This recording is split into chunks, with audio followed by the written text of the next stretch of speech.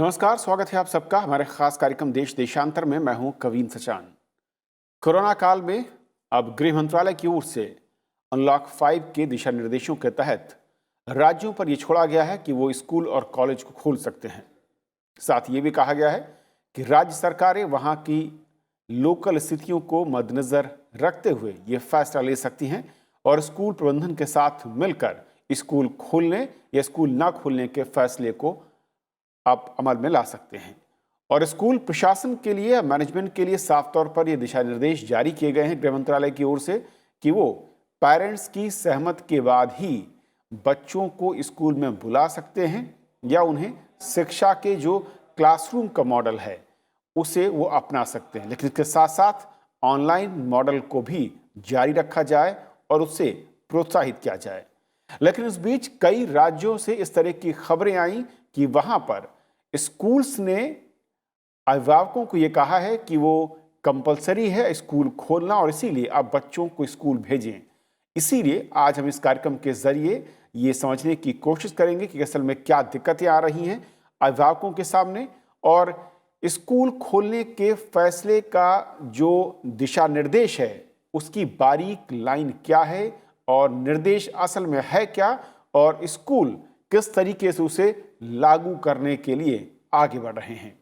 हमारे साथ तीन खास मेहमान हैं। वृंदा स्वरूप जी हमारे साथ हैं, former secretary department of school education and literacy, ministry of HRD, government of India में रही हैं मैम, बहुत बहुत स्वागत है आपका। हमारे साथ हरिओम दुबे साहब हैं जो कि प्रेसिडेंट हैं उत्तर प्रदेश अभिभावक संघ, आपका स्वागत है हरिओम। उमेश पंचाल हमारे साथ हैं जो कि प्रेसिडेंट हैं पेरेंट एसोसिएशन, गुजरात से आप हैं, आपका भी स्वागत है। शुरुआत में हरिओम आपसे करना चाहूँगा, किस तरीके से नई गाइडलाइंस जो कि अनलॉक 5 के तहत स्कूल या कॉलेज खोलने को लेकर जारी की गई गृह मंत्रालय की ओर से और स्कूल या स्थानीय प्रशासन की ओर से क्या जानकारी अभिभावकों को दी जा रही है स्कूल खोलने या न खोलने को लेकर? सचान साहब, निश्चित ही कि ये जो विषय है आज पूरे देश के लिए एक बहुत बड़ा विषय है और जहाँ तक रही स्थानीय स्तर पर प्रशासन के द्वारा अभिभावकों को सूचित करने की, तो निश्चित रूप पे यह कहा जा सकता है कि जो जानकारी अभिभावकों को दी जानी चाहिए थी इस अनलॉक 5 के रिगार्डिंग, वो अभी तक उस तरह की जानकारी स्थानीय स्तर पर या जिला स्तर पर किसी भी प्रकार से कोई सूचना पूर्व में अभिभावकों को नहीं दी जा पा रही है शासन की ओर से। और इसके वजह से अभिभावकों के बीच में एक बहुत ही उहापोह की स्थिति बनी हुई है। जहाँ तक प्रिंट मीडिया और इलेक्ट्रॉनिक मीडिया की खबरों के बीच ये बातें निकल के आ रही हैं कि विद्यालयों को खोला जा रहा है, वहीं अभिभावकों के बीच एक आशंका पनप रही है कि अगर विद्यालयों को खोला गया तो क्या हमारे बच्चे विद्यालयों में जाने के बाद उस सेफ्टी और वो प्रोटेक्शन क्या उनको उन विद्यालयों में मिलेंगे। तो मुझे लगता है कि अभी तक अभिभावकों को इस पूरे अनलॉक 5 के मद्देनज़र जो विद्यालयों को खोलने के आदेश या शासनादेश सरकारों के द्वारा जारी किए गए हैं वो पूरी तरह से अभिभावकों तक नहीं पहुंचे हैं। और हरिओम, क्योंकि दिशा निर्देशों में साफ है कि स्थानीय परिस्थितियों के आधार पर राज्य सरकारें फैसला लेंगी, स्कूल प्रशासन के साथ मिलकर फैसला लेंगी और फिलहाल जो खोलने की बात है ये अबव 9th क्लास को लेकर दिशा निर्देश जारी किए गए हैं। लेकिन मैं समझना चाहूँगा आपके ज़रिए कि असल में, क्योंकि कुछ जगह से ऐसी खबरें और हमारे पास इस तरह की शिकायतें आ रही हैं कि स्कूल्स चाहे वो जूनियर क्लासेस हों उनको भी खोलने को लेकर अभिभावकों को मेल कर रहे हैं, उनकी राय जान रहे हैं। क्या इसमें सच्चाई है और क्या ज़मीनी सच्चाई इस वक्त हकीकत है? देखिए, जहाँ तक प्रशासन की ओर से स्कूल खोलने को लेके जो रणनीति अपनाई जानी चाहिए थी, अभिभावकों को बताया जाना चाहिए था, सूचित किया जाना चाहिए था, उस तरह की पूरी तरह से सूचना अभिभावकों तक नहीं पहुंच पा रही है। और इसका सबसे बड़ा कारण ये है कि अभिभावकों के बीच में और स्कूल प्रबंधन के बीच में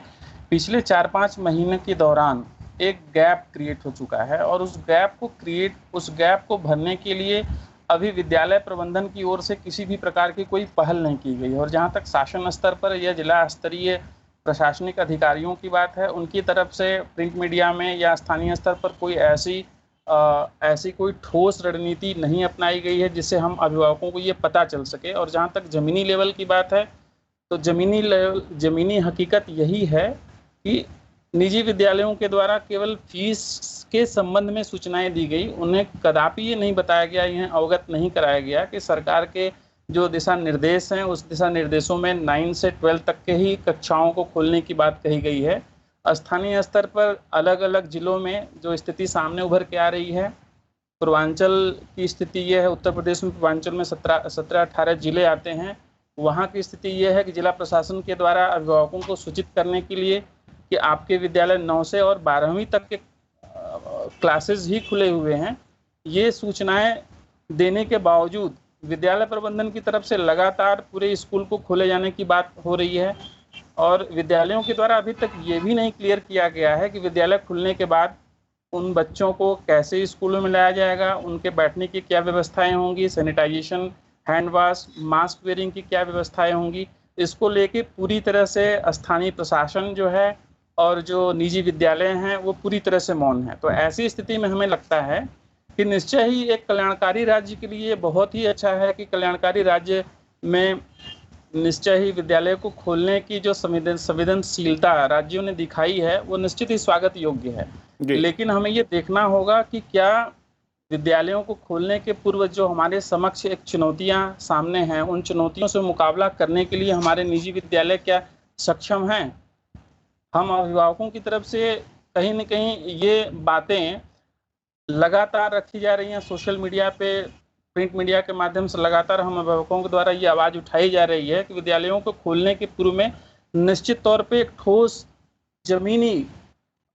मीन्स कदम राज्यों को उठाना चाहिए, जो जी वो हरिओम जी, ज़मीनी मैं कदम। इस पॉइंट पर भी आऊंगा कि क्या अभिभावक चाहते हैं स्कूल खोलने से पहले कि किस तरीके की व्यवस्था हो, क्या मानक वहां पर हो, स्वास्थ्य सुरक्षा को लेकर, या फिर जो सोशल डिस्टेंसिंग की बात है वो किस तरीके से लागू कर रहे हैं। लेकिन उससे पहले उमेश, क्या मैं अगर आपके राज्य की बात करूं या फिर कई सारे ज़िले जो आपके आसपास के हैं, वहाँ की स्थिति इस वक्त क्या है स्कूल खोलने को लेकर, और गृह मंत्रालय के निर्देश जो हैं उसको किस तरीके से अभिभावकों के सामने रखा जा रहा है, खासतौर पर स्कूलों की ओर से? एक बात तो जैसे कि सेंट्रल मिनिस्ट्री ने बोली कि स्टेट अपने हिसाब से डिसीजन ले सकता है, तो गुजरात में गवर्नमेंट ने अच्छा डिसीजन लिया है कि उन्होंने एक चीज़ तो क्लियर कर दी प्रिंट मीडिया से और जो भी टोटली मीडिया से कि स्कूल अभी दिसंबर तक नहीं खुलेंगे। तो इससे पेरेंट्स के लिए एक अच्छी बात हुई कि पेरेंट्स भी ट्रस्ट में हैं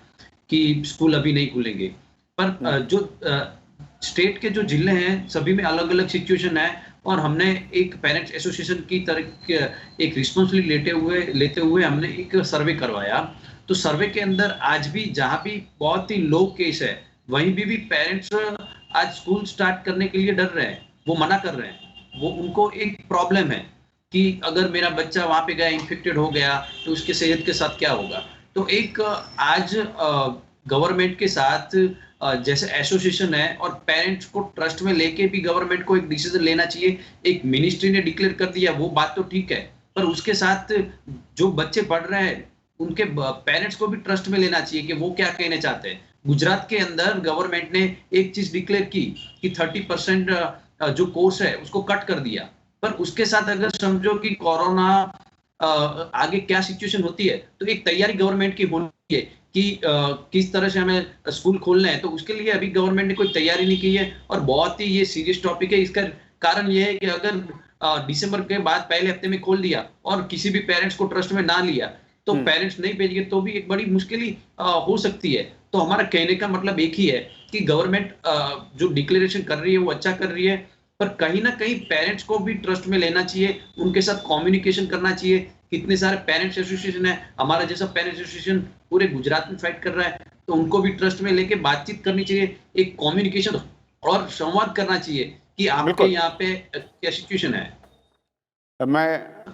जो आपने कहा उमेश, मैं थोड़ा सा इसमें क्लैरिफिकेशन जो है, कंफ्यूजन जो इसको दूर करना चाहूँ, क्योंकि गृह मंत्रालय ने जो गाइडलाइंस हैं उसको अगर आप देखेंगे तो 2 पॉइंट बहुत ही महत्वपूर्ण है जो कि साफ शब्दों में लिखे गए हैं कि ऑनलाइन और डिस्टेंस लर्निंग शिक्षण का पसंदीदा तरीका बना रहेगा और इसे स्कूल और राज्य प्रोत्साहित करेंगे। और इसके अलावा उन्होंने कहा है कि उपस्थिति को जबरन लागू नहीं किया जाएगा, ये पूरी तरीके से अभिभावक की सहमति पर ही निर्भर करता है और स्कूल उन पर दबाव नहीं डाल सकते। अगर बच्चा स्कूल नहीं आना चाहता तो उसे ऑनलाइन मोड के जरिए स्कूल शिक्षा देंगे, यानी कि दोनों मोड चलते रहेंगे। अब मैं आता हूं वृंदा जी, जिस तरीके से, क्योंकि जब ये गृह मंत्रालय की गाइडलाइंस कही गई और उसमें सीधे तौर पर ऑप्शन विकल्प दिए गए हैं राज्यों के ऊपर, स्कूल प्रबंधन के ऊपर, और साथ में ये भी कहा गया है कि जो स्टेक होल्डर हैं, चाहे वो अभिभावक हो या स्कूल हो, वो पहले तय करेंगे और सहमत हो तभी वो स्कूल बच्चों को बुला सकते हैं, कंपल्सरी नहीं कर सकते हैं। कैसे आप देखती हैं इस गाइडलाइंस को? जो लचीला रुख अपनाने की बात कही जा रही थी वो कितना इसमें नजर आता है, और इसके बावजूद जो राज्यों में जिला स्तर पर कंफ्यूजन है वो क्यों है? गृह मंत्रालय की तो मान लीजिएगा कि एक ओवरराइडिंग तरह के गाइडलाइंस हैं, और उसमें बड़ा स्पष्ट ये भी लिखा था कि राज्य सरकारें परिस्थिति देख के अपना एसओपी यानी स्टैंडर्ड ऑपरेटिंग प्रोसीजर्स जारी करेंगी। मेरी जानकारी में है कि काफी राज्यों ने ऐसे स्टैंडर्ड प्रोसीजर्स जारी कर दिए हैं, और उसमें जो महत्वपूर्ण बात है देखने की वो ये है कि सभी स्कूल्स से कहा गया है, उनकी प्रशासन, उनकी मैनेजमेंट से कहा गया है कि आप अभिभावकों की राय और उनकी सहमति के बिना कोई भी बच्चा स्कूल में प्रवेश नहीं करेगा। और ये जहां तक मेरी जानकारी है, निजी स्कूल हो चाहे सरकारी स्कूल हो, बड़ी गंभीरता से जो स्कूल का मैनेजमेंट है वो इस बात को बहुत गंभीरता से ले रहा है। तरह तरह के विकल्प दिए गए हैं पेरेंट्स को, जिस तरह से उनकी सहमति आ सके, या उनकी कोई परेशानियां हैं या उनको कुछ जानकारी चाहिए, जैसे कि हमारे दोनों दूसरे पार्टिसिपेंट्स भी कह रहे थे। अभिभावकों के भी माइंड में बहुत सी आशंकाएं हैं, बहुत सी उनको डिटेल्स चाहिए, उनको अश्योरेंस चाहिए। तो ये स्कूल प्रशासन की जिम्मेदारी है। राज्य सरकारें तो बाय प्रिंट मीडिया और एसओपी जारी करके उसका उल्लेख अखबार और प्रिंट और इलेक्ट्रॉनिक मीडिया पे करके उसका प्रचार प्रसार कर रही हैं, मगर जो रिलेशनशिप होती है, जो संबंध होता है, वो स्कूल और अभिभावक का होता है। वहां पे नजदीकी होनी चाहिए, और सभी स्कूल इस बात को गंभीरता से लेते हैं कि अभिभावकों को स्पष्ट करें कि उन्होंने क्या इंतजामात कर रखे हैं, कैसे बच्चों की सुरक्षा, उनकी स्वास्थ्य की देखभाल, और जो बड़े बेसिक चीजें जो इसमें कही गई हैं कि सोशल डिस्टेंसिंग रहे, मास्क पहना जाए, और आते समय सबका जांच हो, चाहे वो अध्यापक हो, चाहे वो स्कूल के कर्मी हो, चाहे वो बच्चे हो। तो इस तरह से हर स्कूल को स्पष्ट करना पड़ेगा अपने अभिभावक गण को, चाहे वो पीटीए के माध्यम से करें, चाहे वो व्यक्तिगत खत भेज के पेरेंट्स को अश्योर करें। मेरी जानकारी में है बहुत से स्कूल जो है, हालांकि ये निजी स्कूल हैं जिनका मैं उदाहरण दे रही हूँ, वो पेरेंट्स के साथ पीटीए की मीटिंग्स कर रहे हैं ऑनलाइन, जिससे कि ये सूचना फैले, और छोटे छोटे वीडियोस और क्लिप्स भी बनाए गए हैं कि हमने क्लासरूम किस तरह से ऑर्गेनाइज किया है, हम किस तरह से जांच प्रवेश के समय करेंगे, हमने कितनी और व्यवस्था हैंड वॉशिंग की कर दी है स्कूल में, जिससे कि बच्चे समय समय पे हाथ धो पाए। तो ये नजदीकी तो बनाए रखनी पड़ेगी, इसके बिना आगे नहीं बढ़ सकते। और मैं लास्ट पॉइंट ये भी कहना चाहूंगी कि जो ये स्टैंडर्ड ऑपरेटिंग प्रोसीजर्स ज्यादातर राज्यों ने जो जारी किए हैं,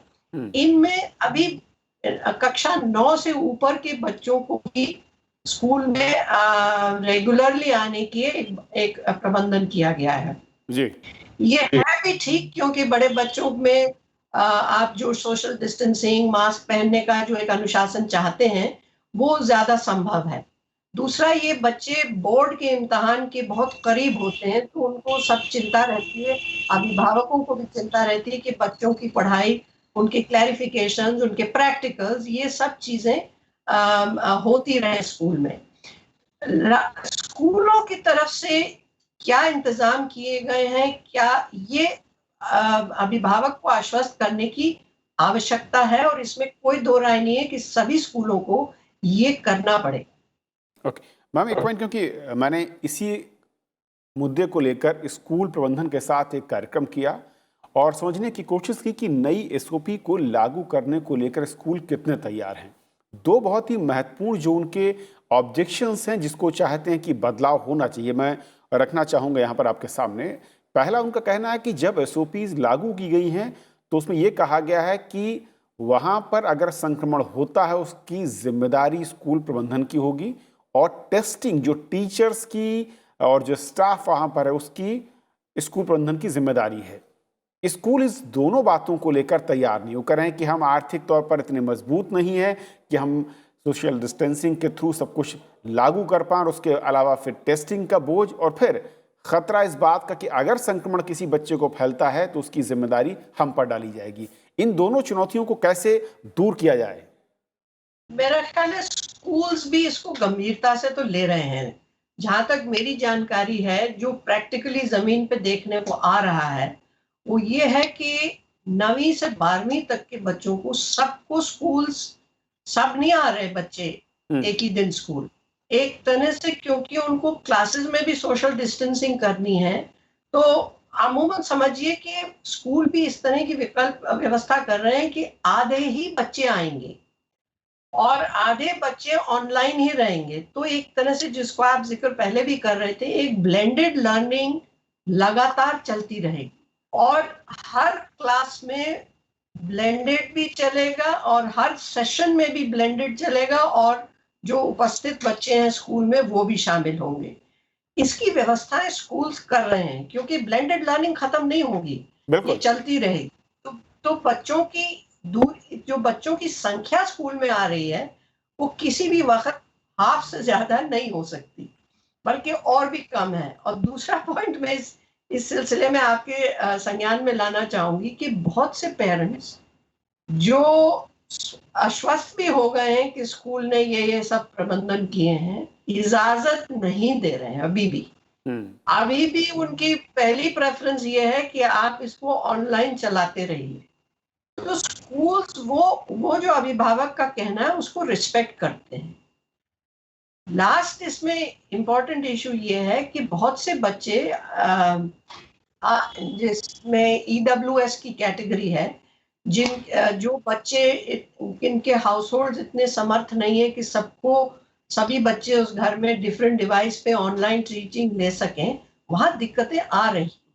और स्कूल अलग अलग तरीके से उसको हैंडल कर रहे हैं। फोन से बात करते हैं, व्हाट्सएप पे चलते हैं,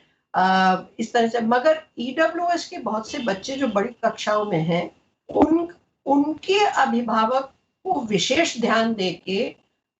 उनको भी प्रभावित करना चाहिए, आश्वस्त करना चाहिए विशेष रूप से, सो कि वो बच्चे स्कूल आ पाए और उनको भी जो एक्स्ट्रा सपोर्ट स्कूल को देनी है वो भी निरंतर बनी बिल्कुल। उमेश, अब मैं समझना चाहूँगा कि अभिभावकों के नज़रिए से, हालांकि गुजरात में आपने कहा कि फिलहाल स्कूल खोलने का फैसला टाल दिया गया है, कई राज्यों में स्थानीय प्रशासन इसकी जानकारी हमारे दर्शकों ने दी कि वहाँ पर स्कूलों पर दबाव डाला जा रहा है कि आप खोलिए, भले ही अभिभावक उसके लिए तैयार नहीं है। अभिभावकों के नज़रिए से क्या वो चाक चौबंद प्रयास आप लोग देखते हैं जिसके बाद लगता है कि अभिभावकों के डर से भय कुछ कम हो सकता है और वो सोच सकते हैं बच्चों को स्कूल भेजने के लिए?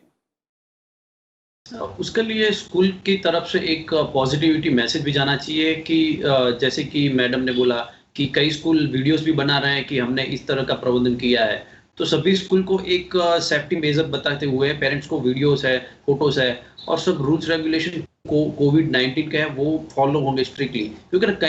कहीं ना कहीं अभिभावकों को ये प्रॉब्लम है कि मेरा बच्चा वहाँ पे जाएगा और वो सेफ्टी फील नहीं करेगा। क्योंकि बड़ी चीज ये है कि हमने ये सर्वे किया तो एक अभिभावक ने ये भी बोला कि मेरा बच्चा अगर स्कूल में गया और 5-6 घंटे मास्क लगा के कंटिन्यू कैसे बैठ पाएगा। तो ये बहुत सारे प्रॉब्लम्स हैं कि जिसकी वजह से उसको अगर कुछ नहीं है पर कंटिन्यूस मास्क लगा के बैठेगा तो भी प्रॉब्लम क्रिएट हो जाएगा उसके हेल्थ को। तो ये बहुत ही बड़ा प्रॉब्लम है। इसके लिए कहीं ना कहीं स्कूल को और अभिभावकों दोनों को कम्युनिकेशन करना चाहिए, क्या क्या प्रॉब्लम है उनको सॉर्ट आउट करना चाहिए। क्योंकि 9 से 12 का जो शिक्षण है उसको हम कैरियर के एक बेस के तरीके से देख रहे हैं। तो अभिभावक भी एक टेंशन फील कर रहे हैं कि 9 से 12 के लिए गवर्नमेंट क्या करेगी, स्कूल कब स्टार्ट हो गए। तो इसके लिए गवर्नमेंट और स्कूल को अभी से सोचना चाहिए और पेरेंट्स को कम्युनिकेशन में लेना चाहिए, क्योंकि 9 से 12 में अगर कोई भी गैप बच गया, चलो हमने ये डिसाइड किया कि 30% सिलेबस कट कर लिया, पर वो सिलेबस कट करने से आगे उसके फ्यूचर पे क्या प्रॉब्लम होगा, क्योंकि 10th के बाद कोई साइंस लेता है, कॉमर्स लेता है, और उसको भी एक इंडिविजुअल सब्जेक्ट भी मैटर करता है। तो ये इसके लिए स्कूल को और अभिभावकों को दोनों को एक कम्युनिकेशन करना चाहिए, जिससे एक ट्रस्ट बिल्डअप हो जाए। आज निजी स्कूल में प्रॉब्लम क्या हो चुका है कि वो अभिभावक को कांटेक्ट करते हैं तो एक डाउट क्रिएट हो चुका है कि वो इसलिए कांटेक्ट कर रहे हैं कि उनको फीस चाहिए। तो पहले तो फीस की मैटर को साइड में रखते हुए स्कूल को ये क्लियर करना चाहिए कि हम किसी ना किसी तरीके से बच्चे की स्टडी के लिए एक प्रॉब्लम फील कर रहे हैं कि अगर वो पढ़ नहीं पाया ठीक तरीके से तो उसका कैरियर भी बर्बाद हो सकता है। तो ये जो मैटर है, आज बड़े से बड़ा प्रॉब्लम क्या है, हमने जो सर्वे करवाया तो 99% पेरेंट्स ये बोल रहे हैं उनको स्कूल को फीस की पड़ी हुई है। तो पहला प्रॉब्लम ये सोल्व करना चाहिए और गवर्नमेंट को भी ये क्लियर बोल देना चाहिए कि फीस के लिए किसी को परेशान ना किया जाए, उनको मार्च तक वैलिडिटी दी जाए। और अभी ओनली एक टॉपिक सोचना चाहिए कि किस तरह से कि स्कूल स्टार्ट हो और पेरेंट्स को ट्रस्ट में लिया जाए।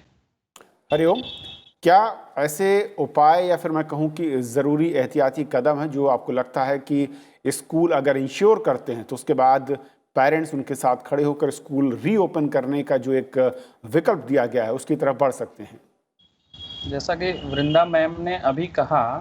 कि बहुत सारे ऐसे स्कूल हैं जिन्होंने अपने ज़रूरी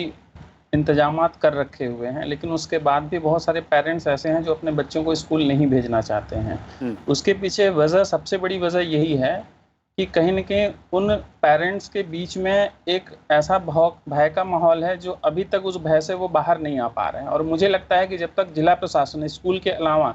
जब तक जिला प्रशासन इस भय को नहीं निकालेगा तब तक विद्यालयों में अपने बच्चों को भेजने के लिए अभिभावक कतई तैयार नहीं होगा। तो हमें लगता है कि अगर, जैसा कि अभी पंचाल साहब ने कहा,